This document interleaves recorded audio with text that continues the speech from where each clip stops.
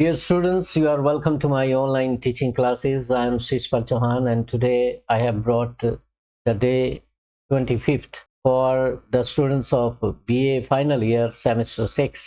BA Final Year Semester 6 के students के लिए उनका ये 25वां दिन लेके आया हूँ और इस कड़ी में इस सीरीज में प्रेपरेशन हम करवा रहे हैं इंग्लिश सब्जेक्ट की और आज हमारे पास हैं शॉर्ट आंसर टाइप क्वेश्चन लेके चलेंगे 34 से लेके 39 तक। लॉन्ग आंसर टाइप क्वेश्चन हम एंटोनियोस कैरेक्टर लेके चल रहे हैं और साथ में कुछ वर्ड्स होंगे, one word substitution. Okay, alright.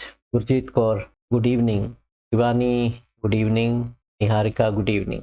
तो चैनल को सब्सक्राइब जिन्होंने नहीं किया वो करे और आई थिंक निहारिका, शिवानी, गुरजीत आपने सबने कर रखा होगा subscribe.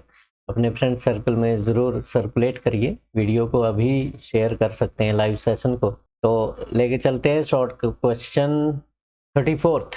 What does prince of Morocco tell Portia about himself? Prince of Morocco अपने बारे में क्या डींगे मारता है, अपनी शेखी बघारता है, वो अपनी बोस्टिंग करता है। तो वो क्या क्या बातें कर रहा था, ये क्वेश्चन है, इंपॉर्टेंट क्वेश्चन है।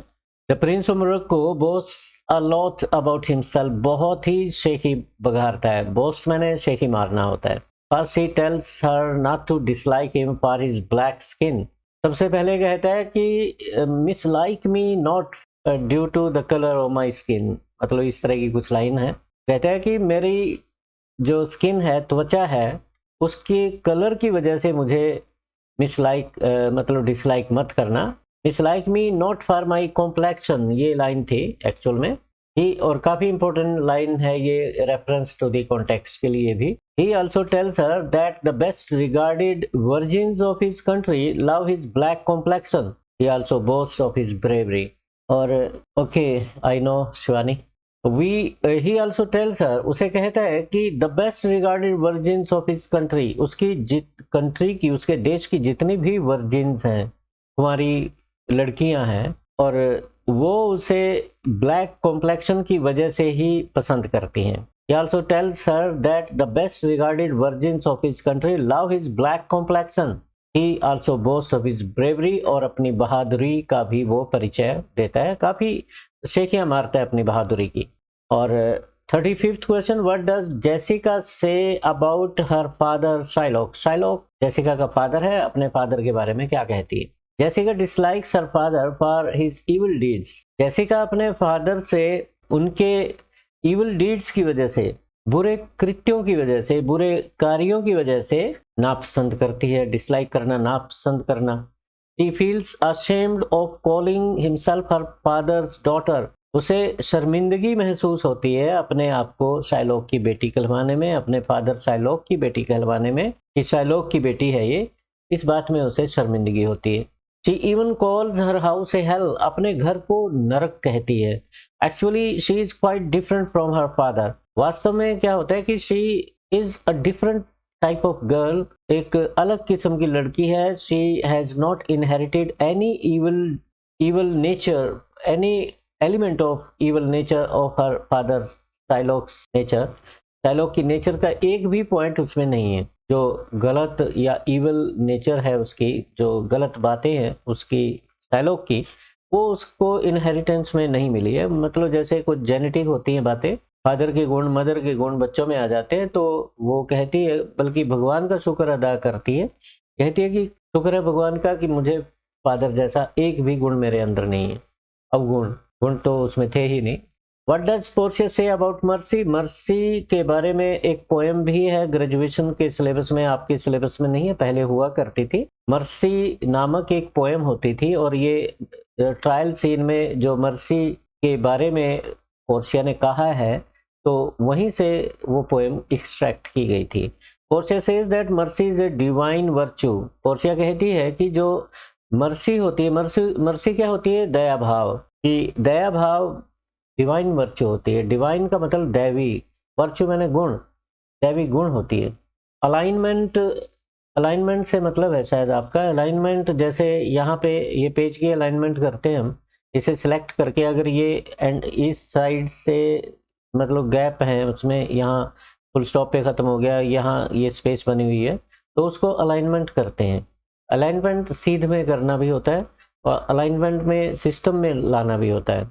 और अलाइनमेंट का मतलब ये भी होता है नॉन अलाइंड कंट्रीज जैसे है गुटबंदी, गुट निरपेक्ष नीति नॉन अलाइनमेंट होती है। तो जब सिस्टम में या कोई जुड़ते हैं किसी के साथ तो अलाइनमेंट होती है। अलाइनमेंट की स्पेलिंग आपके थोड़े गलत हैं, उसको देख लेना।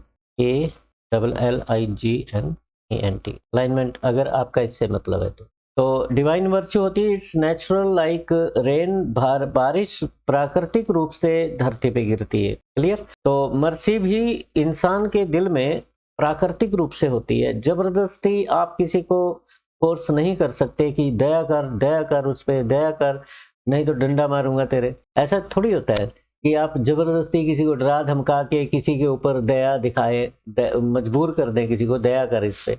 ये तो दैवी गुण है इंसान के अंदर, कुदरती होता है। जिनको जो दयावान लोग हैं वो कुदरती तौर पे दयावान होते हैं, जो क्रूअल हैं वो क्रूअल होते हैं।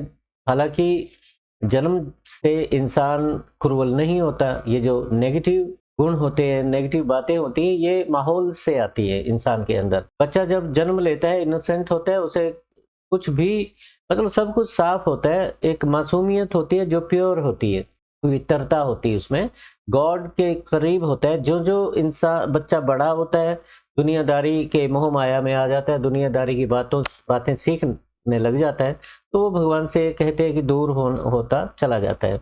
और उसकी जो इनोसेंस है वो करप्ट होनी शुरू हो जाती है जब पहली गाली वो देता है। बच्चा गालियां देना सीखता है। कई पेरेंट्स बहुत खुश होते हैं कि बच्चे ने गाली दी है, गलत बात है। हमें बच्चों को ऐसी बातें नहीं सिखानी चाहिए। और ये भी कहा जाता है कि जो ये एक्सपीरियंस है, जो हम अनुभव लेते हैं लाइफ से, और जो हमारी मासूमियत है दैट मस्ट बी करप्टेड, वो कहीं ना कहीं करप्ट तो होती है उम्र के हिसाब से। ऐसा नहीं हो सकता कि एक 45 साल का व्यक्ति, एक 60 साल का व्यक्ति इनोसेंट होगा। इस दुनिया में जीना मुश्किल हो जाएगा, क्योंकि दुनिया में आपको सबको समझना होता है। करैक्टर रीडिंग आपकी आनी चाहिए।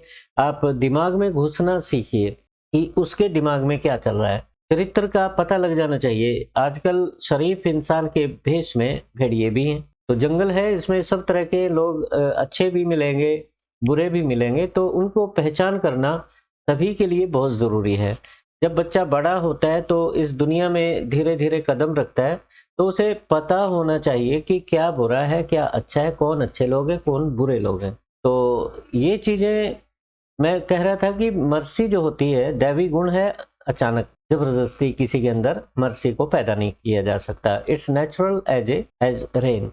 तो इट ब्लेसेस बोथ। फिर कहते हैं विलियम शेक्सपियर पोर्शिया के माध्यम से कि जिसके अंदर दया भाव होता है तो वो दोनों को, दया भाव दोनों को ब्लेस करता है, मतलब उनका जीवन सुखी कर देता है। जिसके अंदर है वो वैसे ही खुश होता रहता है। दया भाव है और वो बहुत ही संवेदनशील व्यक्ति होगा। उसके अंदर कोई निर्मल दिल होगा, उसका कोई जेलसी नहीं होगी, कोई ईर्ष्या भाव नहीं होगा किसी के प्रति, वो वैसे ही खुश होता रहता है।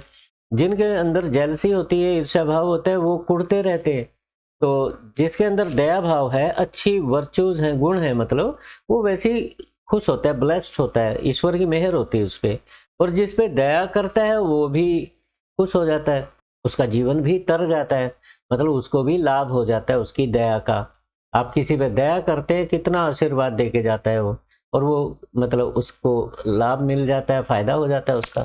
तो इसी तरह दोनों को, जिसके अंदर दया है, जो जिस पे वो दया कर रहा है, दोनों को ब्लेस करती है। बोथ का मतलब होता है दोनों, राइट? बोथ मीन्स दोनों, बोथ का मतलब दोनों होता है। तो इट ब्लेसेस बोथ। ब्लेस मैंने आशीर्वाद देना दोनों को। द हार्ट दैट पोजेसेस, जिस दिल में वो है, जो दिल इस मर्सी को अपने अंदर रखता है। पोजेस मैंने रखना, अधिपत्य में रखना, अपने अधिकार में रखना। पोजेस, जैसे आप कहते हो ही पोजेसेस ए कार, उसके पोजेशन में एक कार है, उसके अधिपत्य में एक कार है। And the heart that receives it, receive मैंने प्राप्त करना। जो दिल दया को प्राप्त करता है वो भी ब्लेस होता है, और जिसके दिल में दया ऑलरेडी है उसको भी भगवान का आशीर्वाद मिला होता है। She also says if justice is mingled with mercy. फिर और आगे कहती है, इफ का मतलब होता है यदि, जस्टिस मैंने न्याय, यदि न्याय, इज मिंगल्ड मीन्स मिक्स्ड, मिश्रित, अगर जज की न्याय में दया भाव भी हो और उसकी जजमेंट भी हो, उसका न्याय एक बहुत कंप्लीट चीज बन जाता है, तो वो देवता वाली गुण उसके अंदर आती है। मतलब जजमेंट ऐसी नहीं होनी चाहिए, कठोरता नहीं होनी चाहिए, उसमें ह्यूमन फीलिंग्स भी हो, दया भाव भी आना चाहिए। जजमेंट देते वक्त इन जज को दया भी दिखानी चाहिए, कुछ ना कुछ दया भाव उस पर करके उसकी कठोर निर्णय को थोड़ा सॉफ्ट करना चाहिए।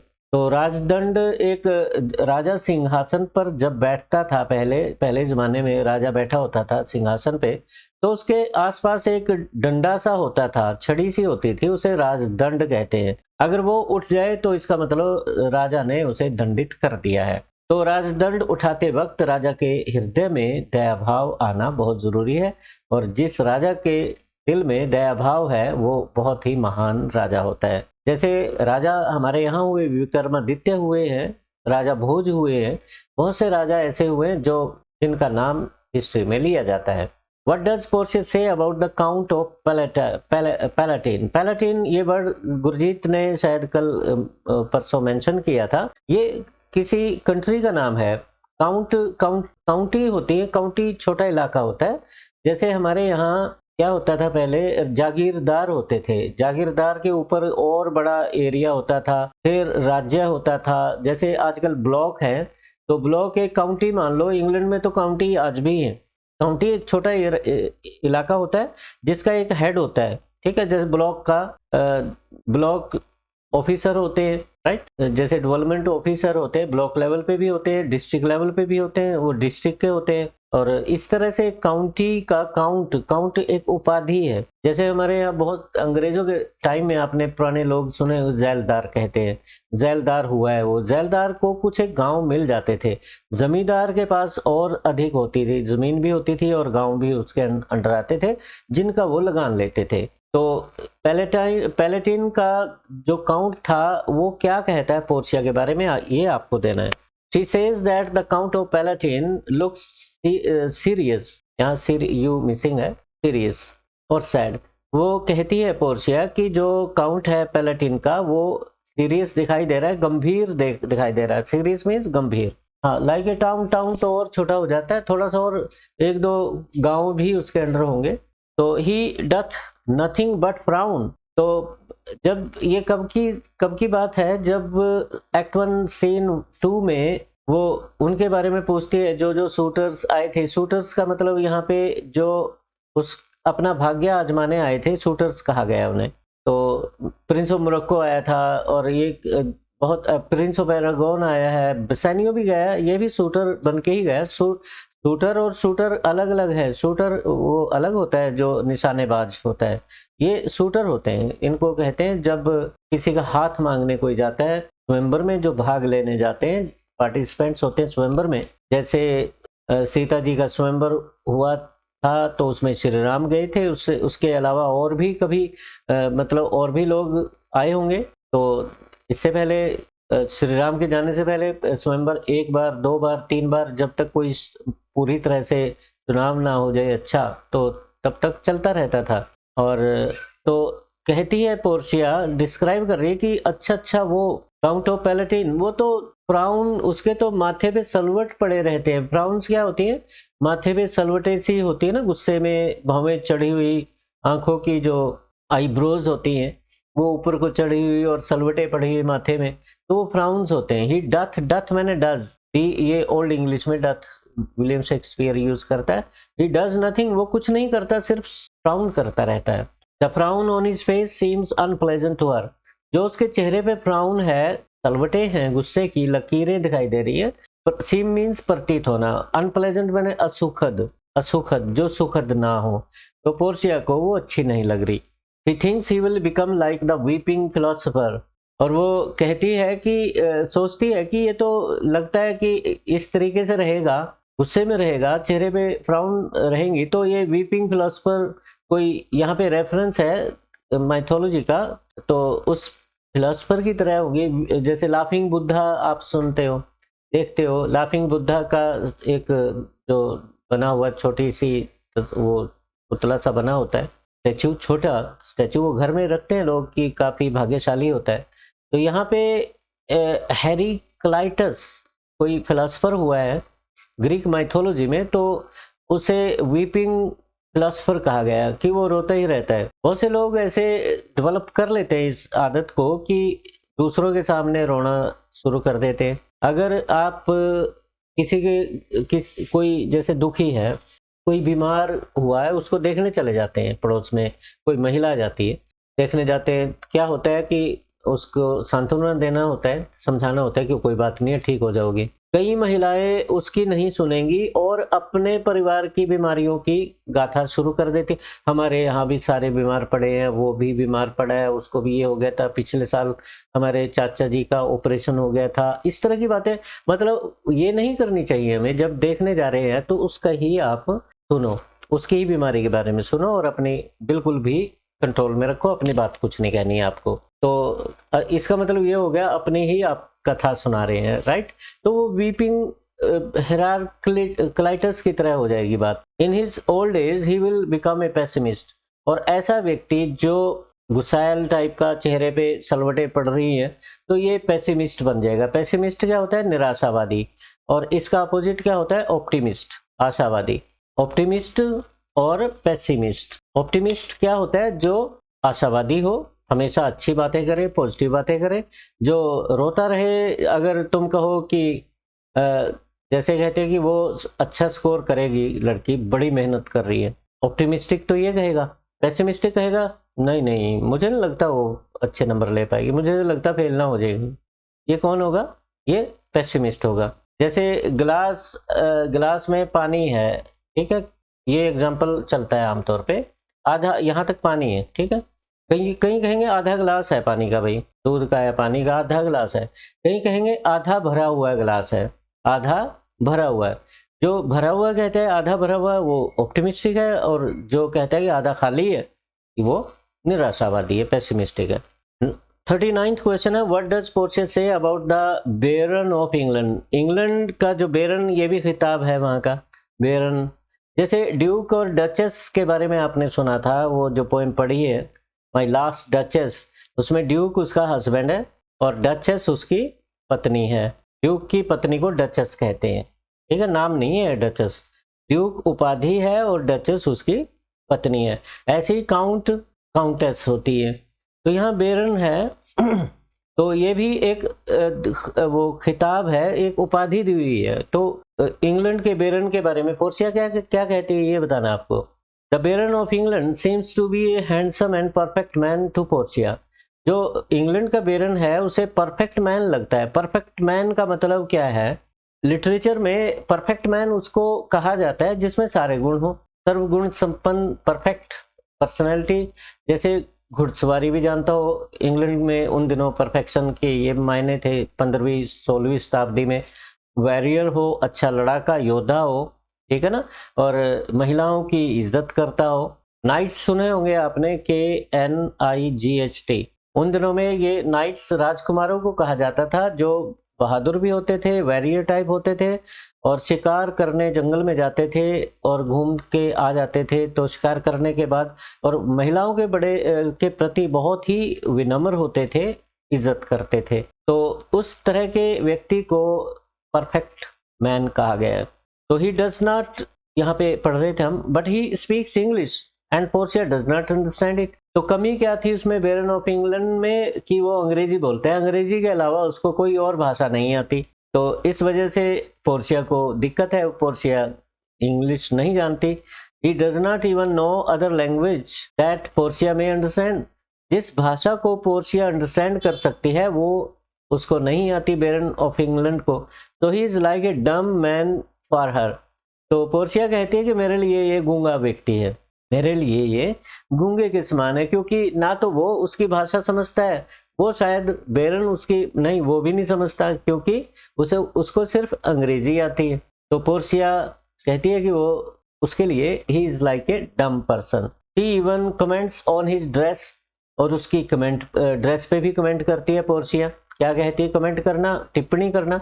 कहती है having different parts brought from different places. कहती है कि उसने जो गाउन टाइप पहना हुआ है उसमें ऐसा लगता है जैसे टाकियां लगा रखी हो, अलग अलग रंगों की टाकियां लगा रखी हो, टुकड़े जोड़ के उसने गाउन को बना रहा है कि ड्रेसिंग सेंस नहीं है। मतलब ये कहना चाहती है कि उसकी ड्रेसिंग सेंस नहीं है, वेरन ऑफ इंग्लैंड की। क्लियर।